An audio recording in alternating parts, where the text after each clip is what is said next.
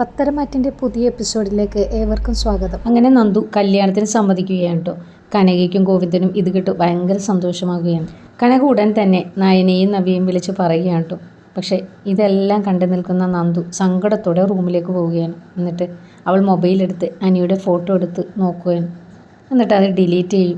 Sorry അനി എന്ന് പറഞ്ഞു. പക്ഷേ കനകയ്ക്ക് അവൾ മനസ്സോടെയാണ് സമ്മതം മൂളിയതെന്ന് മനസ്സിലാവുന്നുണ്ട്. ഇതറിഞ്ഞ് നയനയും നവ്യയും വീട്ടിലേക്ക് എത്തുകയാണ് കേട്ടോ.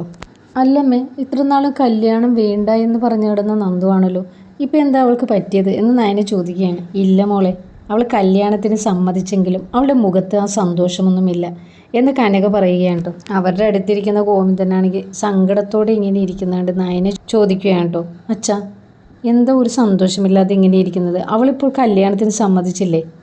അല്ല മോളെ, കല്യാണത്തിന് ചിലവുകളൊക്കെ ഇല്ലേ? 5 ലക്ഷമെങ്കിലും വേണ്ടേ കല്യാണത്തിന് വേണ്ടി? ഞങ്ങൾ ഇതുവരെ ഒന്നും മാറ്റി വെച്ചിട്ടില്ല. ഇത് കേട്ട് നവ്യ ചോദിക്കും, 5 ലക്ഷമോ? അതുകൊണ്ട് എങ്ങനെ കല്യാണം നടത്താനാണ്? അപ്പോൾ നയന പറയുകയാണ്, അതെ അച്ഛ, കല്യാണം എന്ന് പറയുമ്പോൾ വീഡിയോ, ഫോട്ടോ, മണ്ഡപം, ഭക്ഷണം ഇതിനൊക്കെ ചിലവില്ലേ? അതുകൊണ്ടൊരു 10-15 ലക്ഷമൊക്കെ വേണ്ടി വരില്ലേ എന്ന് ചോദിക്കുകയാണ് കേട്ടോ. ഇത് കേട്ട് കനക ചോദിക്കുന്നു, 10-15 ലക്ഷമോ? ഇത് നമ്മൾ എങ്ങനെയാണ് ഉണ്ടാക്കുന്നത്? അപ്പോൾ ഗോവിന്ദനും ചോദിക്കുകയാണ് കേട്ടോ.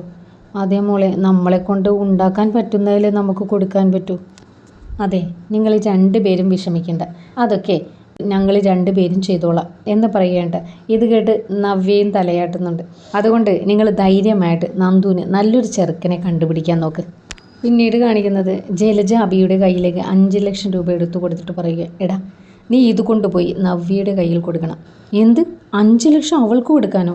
അമ്മയ്ക്ക് എന്താ ഭ്രാന്താണോ?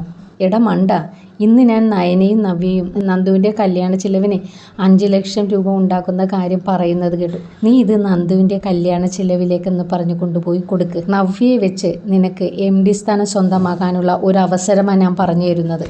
പിന്നെ ഒരു കാര്യം, നീ ഈ പണം കൊണ്ടുപോയി വേറെ കാര്യത്തിന് വല്ലതും എടുത്തെന്ന് ഞാൻ അറിഞ്ഞാൽ നിന്നെ കൊന്നുകളയും എന്ന് ജലജ പറയുകയുണ്ട്. ഈ സമയത്തൊക്കെ നയനയും ആദർശും പിണക്കത്തിലാണ് കേട്ടോ. കുട്ടിയുടെ അച്ഛൻ ആദർശാണെന്ന കാര്യം കള്ളം പറഞ്ഞത് നയനയ്ക്ക് ഇഷ്ടമാവില്ല. അതുകൊണ്ട് സത്യം അറിയുമ്പോൾ തന്നോട് ഇത്രയും നാൾ കള്ളം പറഞ്ഞതിനാൽ ആ ദേഷ്യത്തിൽ നയന ആദർശിനോട് പിണങ്ങി നടക്കുകയാണ് കേട്ടോ. നിങ്ങൾക്കിനി പത്തരമാറ്റിലെ നല്ല നല്ല എപ്പിസോഡുകൾ കേൾക്കണമെന്നുണ്ടെങ്കിൽ എൻ്റെ ഈ ചാനൽ സബ്സ്ക്രൈബ് ചെയ്യൂ, ലൈക്ക് ചെയ്യൂ, ഷെയർ ചെയ്യൂ. Thank you.